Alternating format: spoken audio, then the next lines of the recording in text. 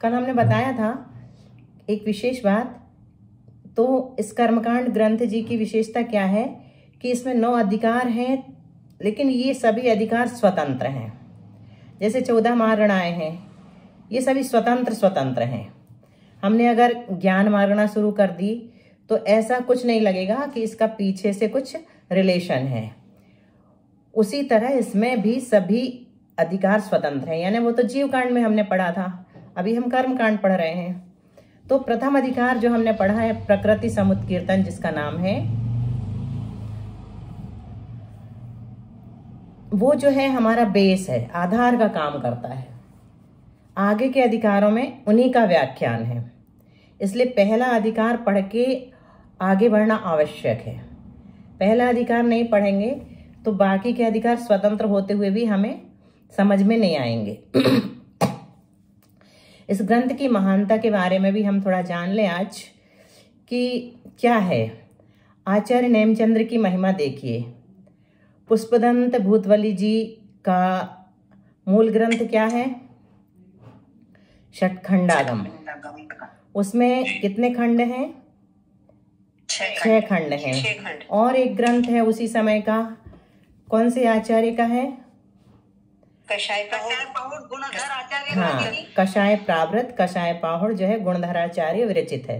तो ये ग्रंथ कब लिखे गए? 2000 वर्ष पूर्व लिखे गए, अप्रोक्सीमेट, है ना? 2000 वर्ष पूर्व लिखे गए। ये सबसे प्राचीन ग्रंथ हैं। फिर इन पर टीकाएं लिखना शुरू हुई, और जो टीका उपलब्ध है उसका नाम क्या है?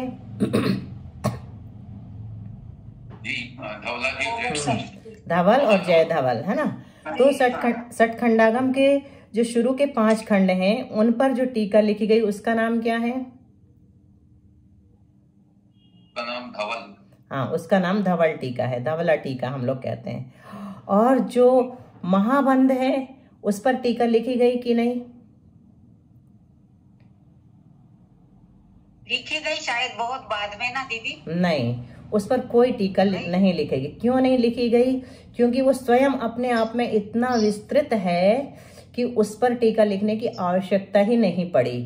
बड़ी बड़ी 7 पुस्तकें, वो 6ठे खंड अकेले पर हैं, अकेले 6ठे खंड पर बड़ी बड़ी 7 पुस्तकें आचार्य भूतवली जी स्वयं लिख गए। उन्होंने इतने छोटे छोटे अक्षरों में लिखा तो भी 7 पुस्तकें हो गई। कैसे छोटे छोटे अक्षर? जैसे जहन्न को क्या लिखा? जा लिखा और डॉट लगा दी।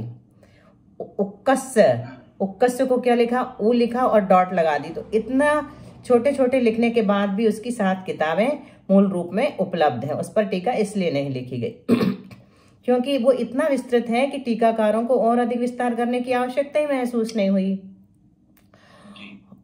तो कषाय प्रावृत जो है उसकी टीका जो लिखी उसका नाम क्या है?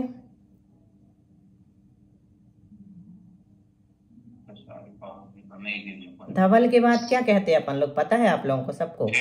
हाँ, जय धवल, जय धवल। किसने लिखी ये टीकाएं, धवल, जय धवल? आचार्य वीरसेन। बिल्कुल ठीक, आचार्य वीरसेन स्वामी ने। तो दोनों की कितनी कितनी पुस्तकें हैं? धवल की कितनी है और जय धवल की कितनी है? टोटल 39 है, लेकिन हाँ, धवल की कितनी हुई? धवला पुस्तक टोटल 7 माइनस कर देंगे तो 32। 32 में से धवल और जय धवल को आधा आधा कर दीजिए। 16 पुस्तकें दोनों की हैं। धवला जी की 16 पुस्तकें हैं। तो उनको ऐसे ही बोलते, पहली पुस्तक दूसरी पुस्तक करके ही उनको हम संबोधित करते हैं। ग्रंथ जी, शास्त्र जी नहीं बोलते पहली पुस्तक धवला जी की, दूसरी पुस्तक धवला जी की पढ़ रहे हैं, आचार्य श्री तीसरी पुस्तक पढ़ रहे हैं, ऐसा चलता है ना। और महाबंध की 7 पुस्तक, टोटल हो गई 39। अब विचार कीजिए कि 39 पुस्तकें हैं जो उपलब्ध, उनमें से अगर एक साल में भी एक कोई पढ़े, मुनि महाराज जी लोग जिनको की अधिकार है पढ़ने का विशेष रूप से, तो कितने साल लग जाएंगे 39 पुस्तकें पढ़ने में? 39 साल। सोचिए, यानी कि इतना गूढ़ और गंभीर विषय है ये। गणित आदि के विषयों के कारण ये बहुत गूढ़ हो गया है। तो इन पुस्तकों को पढ़ने वाले आचार्य वीरसेन स्वामी के पास कौन पहुंचा? कौन गया था उनके पास? राजा? जिनके निमित्त से ये ग्रंथ बना कर्मकांड जीव का। हाँ, राजा चामुंड राय। अपन हाँ ठीक है, सॉरी, वीरसेन स्वामी के पास नहीं गए, आचार्य नेमिचंद्र स्वामी के पास गए थे वो। तो इन पुस्तकों को पढ़ने वाले, लिखने वाले जो है सार पुस्तकों को पढ़ा होगा तभी तो उन्होंने सार लिखा ना। आचार्य नेमिचंद्र ने जो सार लिखा है जीवकांड कर्मकांड, तो वीरसेन स्वामी ने तो धवला टीका कर दी, और उन पुस्तकों को किसने पढ़ा? आचार्य नेमिचंद्र ने पढ़ा। तो उन पुस्तकों को पढ़ने वाले महान बुद्धिमान आचार्य के पास जब चामुंडराय जी पहुंचे और उनसे प्रश्न आदि किया, तो उनके मन में विचार आया कि इन्हें हम कैसे पढ़ाएं। तो इतनी कुशलता से उन्होंने क्या किया, धवल, महाधवल और जयधवल से मक्खन निकाला, सार निकाला, और धवला टीका से क्या बनाया? जीवकांड। धवला टीका का सार जो है वो जीवकांड है, और महाबंध का सार क्या है? कर्मकांड है। अब बचा क्या? जयधवल। जयधवल का सार क्या है? लब्धि सार, छपना सार। तो जीवकांड, कर्मकांड, लब्धि सार, छपना सार, ये धवल, महाबंध जिसे कि महाधवल कहते हैं, और जयधवल के सार के रूप में हमारे सामने आए। इसके अतिरिक्त आचार्य नेमिचंद्र जी ने एक और ग्रंथ लिखा जिसका नाम त्रिलोक सार है। वो किसके सार के रूप में उन्होंने लिखा? किस ग्रंथ के आधार पर लिखा? जिसमें भूगोल का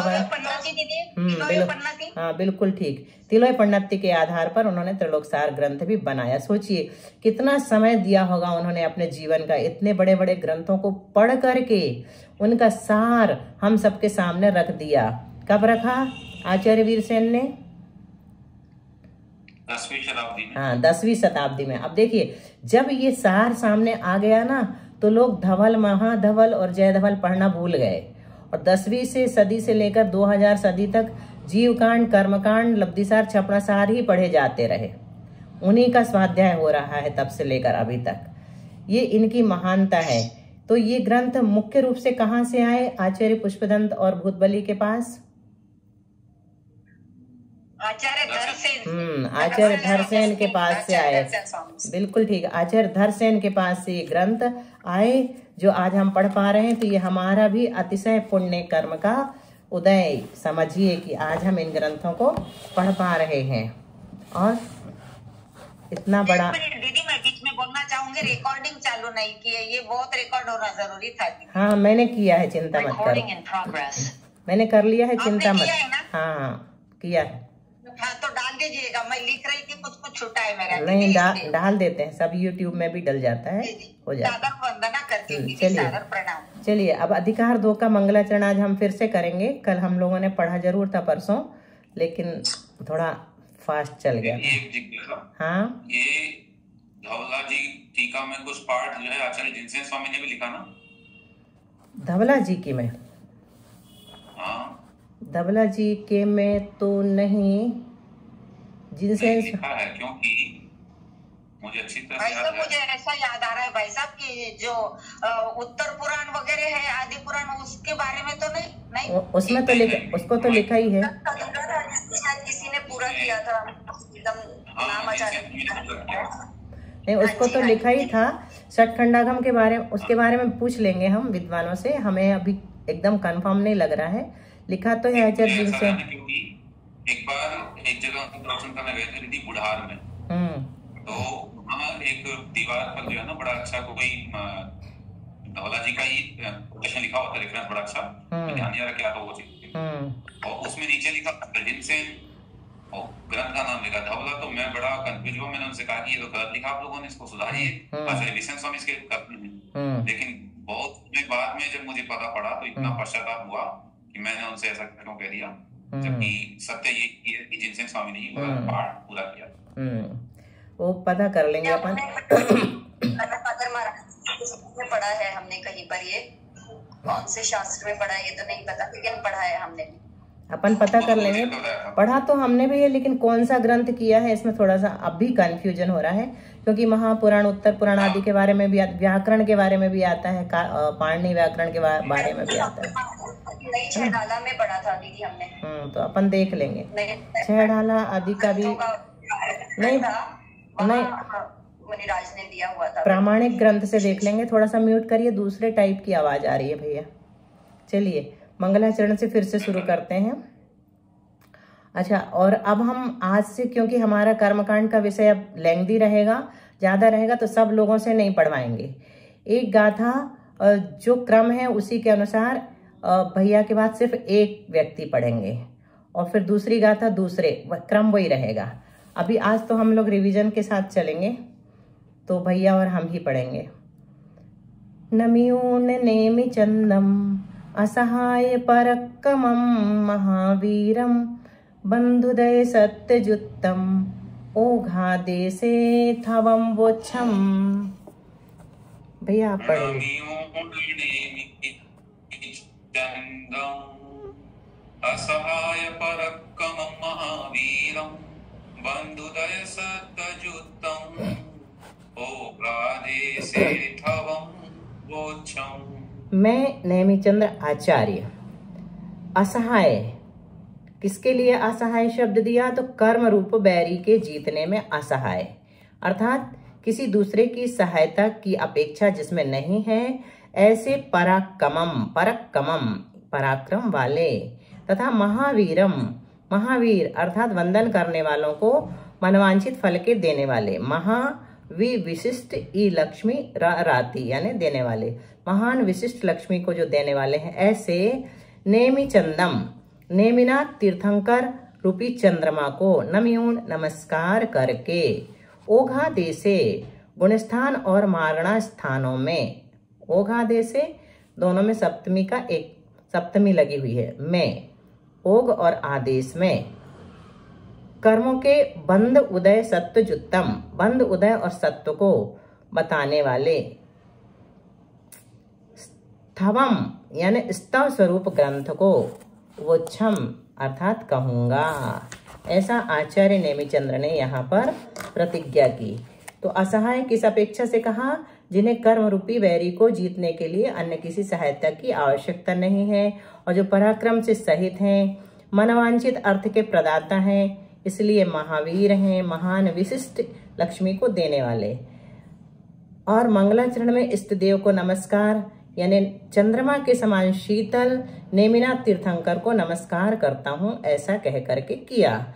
विषय की प्रतिज्ञा किस रूप में की? तो कर्मों के बंध उदय सत्व के प्रतिपादक जो स्तव है उसको कहूंगा, ऐसा आचार्य नेमिचंद्र ने मंगलाचरण में मंगल करके प्रतिज्ञा की। शैलंगेकम शैलंगेकंगेकम गहियार सवितरम ससंखेवम वर्णन सत्थम थय थुई धम्म कहा होय नियमेन। शैलंगेकंगेकम गहियार सवितरम ससंखेवम वर्णन सत्थम थय थुई धम्म कहा होय नियमेन। जिसमें शैलंग यानी सकलांग, सर्वांग संबंधी अर्थ, सकलांगिक, सकलांग, एकांग, एकांग, एकांगम अधिकारम, सकलांगिक, अंगिक, अंग अधिकारम, संस्कृत छाया में लिया तो सकलांग यानी जिसमें सर्वांग संबंधी अर्थ, सवितरम ससंखेवम वर्णन सत्थम थय विस्तार सहित अथवा संक्षेप से कहा जाए, ऐसे सत्थम यानी शास्त्र को थय यानी स्तव कहते हैं, वर्णन यानी कहा जाए, वर्णन किया जाए, और एकंगम यानी जिसमें एक अंग का, अलग अलग लगा रहे हम क्रम से, एक अंग का अर्थ सवितरम ससंखेवम वर्णन सत्थम थुई, जिसमें एक अंग का अर्थ विस्तार से अथवा संक्षेप से कहा जाए, उस शास्त्र को थुई यानी स्तुति कहते हैं। और एकंग अह्यारम, एक अंग के एक अधिकार का अर्थ जिसमें सवितरम ससंखेवम वर्णन सत्थम धम्म कहा होय नियमेन, अंग के एक अधिकार का अर्थ जिसमें विस्तार से व संक्षेप से कहा जाए उसे धर्म कथा कहते हैं। उदाहरण क्या दिया था? जैसे 11 अंगों में एक कौन सा है? सूत्र विपाक अंग है, पंचम सूत्र विपाक सुभाखम। तो सूत्र विपाक जो है एक अंग है, उसका विस्तार से वर्णन किया गया है, तो उसको क्या कहेंगे? स्तव कहेंगे। विस्तार से किया जाए या संक्षेप से किया जाए। अब उस सूत्र विपाक अंग में बहुत सारी वस्तु हैं, 20 वस्तु हैं मान के चलो। तो उन वस्तुओं का जब विस्तार से अथवा संक्षेप से वर्णन किया जाएगा तो उसे क्या कहेंगे? स्तुति कहेंगे। और उन वस्तुओं के अलग अलग अधिकार हैं, अनेक अधिकार हैं, तो उन अधिकारों में से एक अधिकार का जब विस्तार से अथवा संक्षेप से वर्णन किया जाएगा तो उसे हम क्या कहेंगे? धर्म कथा कहेंगे। लक्षण क्या बताया स्तव का? समस्त अंग संबंधी अर्थ, विस्तार या संक्षेप से जिसमें कथित हो। स्तुति का लक्षण क्या बताया? एक अंग से जिसमें विस्तार संक्षेप से वर्णन। एक अंग संबंधी अर्थ, विस्तार या संक्षेप से जिसमें कथित हो। और धर्म कथा का क्या बताया? एक अंग के अधिकार से संक्षेप या विस्तार। एक अंग के एक अधिकार का, एक अंग के एक अधिकार संबंधी अर्थ, विस्तार या संक्षेप से जिसमें कथित हो। तो यहाँ पर इसको स्तव क्यों कहा कर्मकांड में? इसमें तो वस्तु लिखा है, लेकिन दीदी इसमें तो दीदी वस्तु धर्म कथा एक ही गिनेंगे क्या? हाँ, वस्तु को धर्म कथा नहीं, कहाँ लिखा हुआ है? ये अर्थ में लिखा है इन्होंने। गाथा नंबर जी। कौन सी चल रही है अपनी गाथा नंबर? हाँ, आगास वाले में इन्होंने लिया होगा। 88। वस्तु कहते हैं तथा अंग के एक अधिकार का अर्थ जिसमें विस्तार व संक्षेप से कहा जाए उसे वस्तु कहते हैं। यहाँ पर इन्होंने एक अर्थवाची ले लिया है लगता, दूसरे ग्रंथ में और चेक कर लेंगे। वैसे यहाँ पर धर्म कथा दीदी आदिमती माता जी के मध्य में भी लिखा है। तो हो सकता है उसको वस्तु कोई अधिकार कहा होगा। हाँ जी। तो ये हमारा हुआ लक्षण। अब हमने यहाँ प्रश्न उठाया कि इस अधिकार में जो हमने शुरू किया है इसको स्तव क्यों कहा गया? क्या कहा जाएगा? इसमें क्या किया जाएगा? क्योंकि इसमें बंद, उदय और सत्ता को विस्तार से कहा। हाँ, बंद, उदय, सत्ता से संबंधित जो सकल अर्थ है उसको कहा जाएगा, इसीलिए इसे स्तव कहा। अब गाथा नंबर 89। पैडिठिदि अनुभाग पदे से बंधो तिचदुविहो बंधो उक्कस्य मनुक्कसम जहन्नम जहन्न गतिपुधम। इसमें गति है, आप उसमें गंती है। चलिए पढ़िए, देख लेते हैं ये भी। पैडिठिदि अनुभाग पदे से बंधो तिचदुविहो बंधो उक्कस्य मनुक्कसम जहन्नम जहन्न गतिपुधम। पैडिठिदि अनुभाग पदेश बंधोति चदुविहो बंधो। पैडी मतलब प्रकृति, ठिदि मतलब स्थिति, अनुभाग अनुभाग, पदेश प्रदेश। इस तरह बंध के चदुविहो 4 प्रकार हैं। प्रकृति बंध, स्थिति बंध, अनुभाग बंध, प्रदेश बंध। इस तरह बंध के 4 भेद हैं। और इनमें भी हर एक बंध के, चाहे वो प्रकृति बंध हो, स्थिति बंध हो, अनुभाग बंध हो या प्रदेश बंध हो, सबके उत्कृष्ट उक्कस्य मनुक्कसम, मनुक्कस्य मतलब अनुत्कृष्ट, जहन्न म जहन्नग जघन्य और अजघन्य, इस तरह 4 भेद हैं। उधम पृथक इति पृथक, पृथक रूप से 4 भेद इनके और भी कह दिए। तो बंध कल बताया था, किसे कहते हैं बंध? किसी को याद है? शरीर नाम कर्म के उदय से और शरीर कर्म और नाम कर्म के निमित्त कर्म रूप जो वर्ग है और वो आदिकाल बंद करेंगे उसे बंद करेंगे। ठीक है, शरीर नाम कर्म के उदय से और योग के निमित्त से कार्मण वर्गण रूप से आए हुए जो पुद्गल स्कंद हैं वो क्या हो जाते हैं, किस रूप हो जाते हैं? मूल प्रकृति और उत्तर प्रकृति रूप होकर आत्मा के प्रदेशों में जुड़ जाते हैं, आत्मा के प्रदेशों में प्रवेश कर रहे थे, उसे बंद करते हैं। लेकिन एक और विशेषता उनमें आ जाती है। क्या विशेषता आ जाती है उन कार्मण वर्णा से आए हुए पुद्गल स्कंदों में? कार्मण वर्णा रूप से आए हुए पुद्गल स्कंदों में कोई बताएगा? एक क्षेत्र एक क्षेत्र नहीं, और कुछ होकर बनते हैं। क्या? मूल और उत्तर प्रकृति नहीं, वो तो हो गया, अभी हमने नहीं बताया वो नए। हाँ, बहुत बढ़िया। ये किसने बोला? क्या बोला? फिर से बोलो। हमने कहा उसमें फलदान की शक्ति एक एक, हाँ भैया को बोलने दीजिए। हाँ भैया बताइए। मैंने तो कहा कि उनमें फलदान की शक्ति हाँ, बस ये विशेषता आ जाती है, इसीलिए उसको हम बंध कहते हैं। अभी तक उनमें फलदान की शक्ति नहीं थी, फल देने की शक्ति नहीं थी, तो उसको हम बंध नहीं कह सकते थे। लेकिन जब उसमें फल देने की सामर्थ्य आ जाती है, कार्मण वर्गणा रूप से आए हुए जो पुद्गल स्कंध हैं, उनमें जब फल देने की शक्ति आ जाती है, तभी हम उसको बंध कहते हैं। तो बंध के 4 प्रकार बताए। प्रकृति बंध किसे कहते हैं? मूल उत्तर प्रकृतियों का यथा योग जीव से संबंध होना। स्थिति बंध किसे कहते हैं? आत्मा के साथ कब तक वो रहेंगे उसका। बंधी प्रकृतियों का जीव से संबंध रूप रहने का काल। और अनुभाग बंध किसे कहते हैं? फलदान शक्ति। फल देने, प्रकृतियों में फल देने की शक्ति। प्रदेश बंध किसे कहते हैं? क्वांटिटी को, कितने प्रदेश आए, नंबर ऑफ परमाणु, नंबर ऑफ परमाणु है ना, परमाणुओं की संख्या। अब हमने उदाहरण दिया था आम का, तो आम की प्रकृति क्या है? मिठास, मीठा। आम की स्थिति कितनी हो सकती है? 6-7 दिन तक। 1 हफ्ता से ज्यादा नहीं होगी, है ना। ज्यादा खूब फ्रिज में रखेंगे तो थोड़ी बढ़ जाएगी। आम का अनुभाग कैसा होता है, किसे कहेंगे?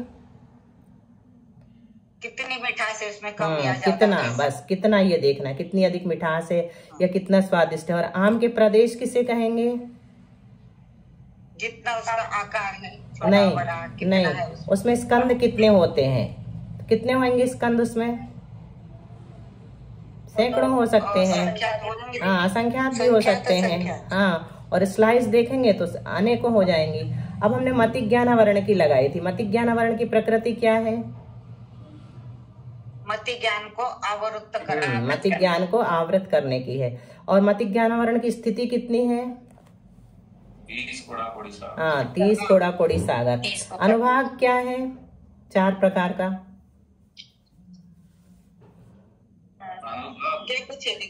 लता, अनुभाग बताओ। और अस्थि और शैल। और मति ज्ञानावरण के प्रदेश कितने हैं?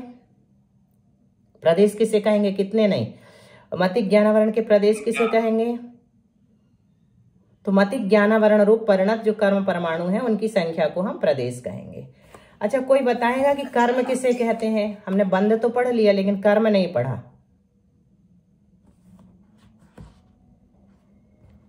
कर्म किसे कहते हैं? जिनके निमित्त से संसार, कोई भी जीव संसार में निरंतर भ्रमण कर रहा है अनादिकाल से, और जो आत्मा के कर्म कहते हैं।